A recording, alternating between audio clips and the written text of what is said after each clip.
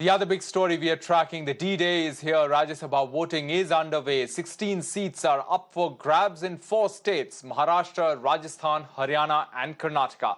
Now, out of the 57 seats that fell vacant in Rajya Sabha, 41 candidates have already been elected unopposed. So this leaves elections to 16 seats in 4 states, and it's a tight race for these 16 seats, a race in which every vote counts. In Rajasthan, Chief Minister Ashok Gehlot has cast his vote, while in Bengaluru, Karnataka Chief Minister Basavaraj Bommai has cast his vote. Meanwhile, JDS Chief H.D. Kumaraswamy has slammed Siddaramaiah for showing double standards after he denied seeking support of JDS MLAs. Meanwhile, in Haryana also, voting for 2 Rajya Sabha seats is underway, where Deputy Chief Minister Dushyant Chautala has cast his vote. All parties are sounding confident of victory in these Rajya Sabha elections. Let's in fact listen in to some of the reactions that have come in. In front of Kannada local media friends, he rejected that, he returned the letter.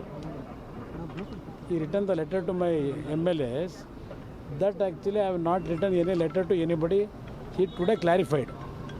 I don't know actually yesterday why his letter was circulated in all the WhatsApp and even he tweeted on his account officially. Yes, but now today is actually rejecting that request.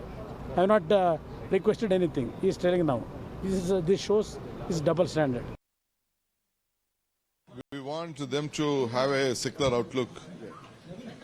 They should not defame their party's name. BJP also have reached a lot of Congress MLAs. They have tried. We don't want to discuss much on that, but no one will vote them. So no understanding so far, sir? We want our house to be in order. Let them have their house in order.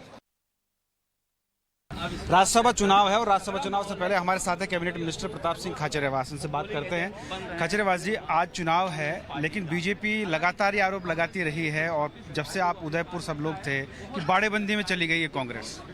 देखिए, Bharatiya Janata party के पास आरोप लगाने के अलावा तो कुछ बचा ही नहीं है। अपोजिशन की भूमिका राजस्थान में निभा नहीं पाए और बिखर गई बीजेपी। राजस्थान में लीडरशिप है नहीं।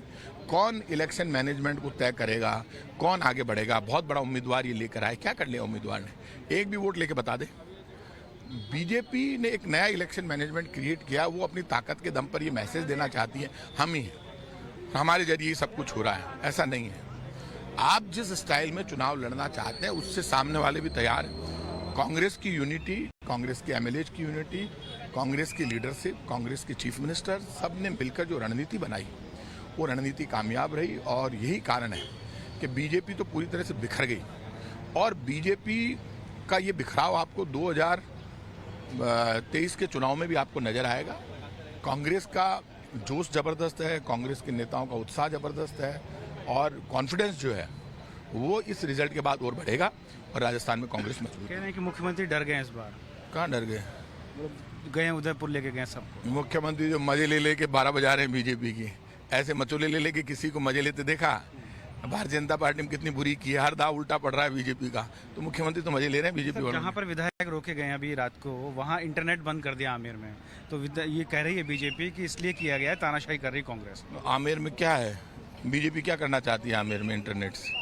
उनका ये कहना है कि कहीं कोई संपर्क में नहीं आया, इसलिए किया क्योंकि आमेर क्षेत्र के इलाके में वो होटल भी आता है जहाँ आप लोग हैं, वो जो उपखंड है आमेर उसके इलाके में आता है। देखिए, एक बात आप मानकर चलिए, बीजेपी अपने बारे में कुछ भी मन में सोचती रहे, लेकिन बीजेपी ओवरऑल फेल हो गई और वो फेलियरनेस आज आपको जब रिजल्ट आएगा तब भी नजर आएगा। 3 सीट जीत रहे हैं 100%।